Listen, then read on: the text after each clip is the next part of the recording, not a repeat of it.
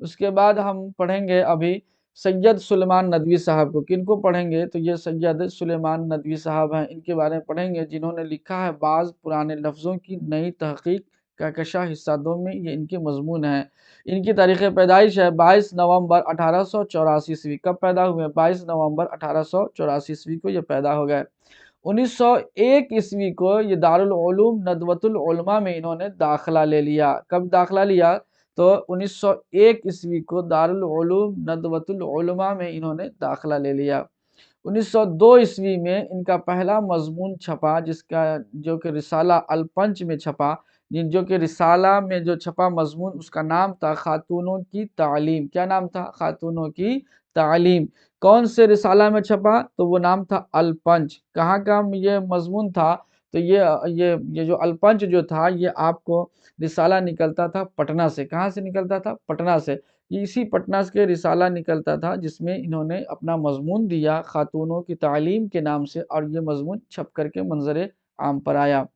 پھر اس کے بعد 1903 ء میں، یعنی 1902 میں انہوں نے تو اپنا مضمون دیا، اور 1903 ء میں انہوں نے نظمیں، غزلیں یہ سب بھی لکھی اور یہ شائع ہو گئے۔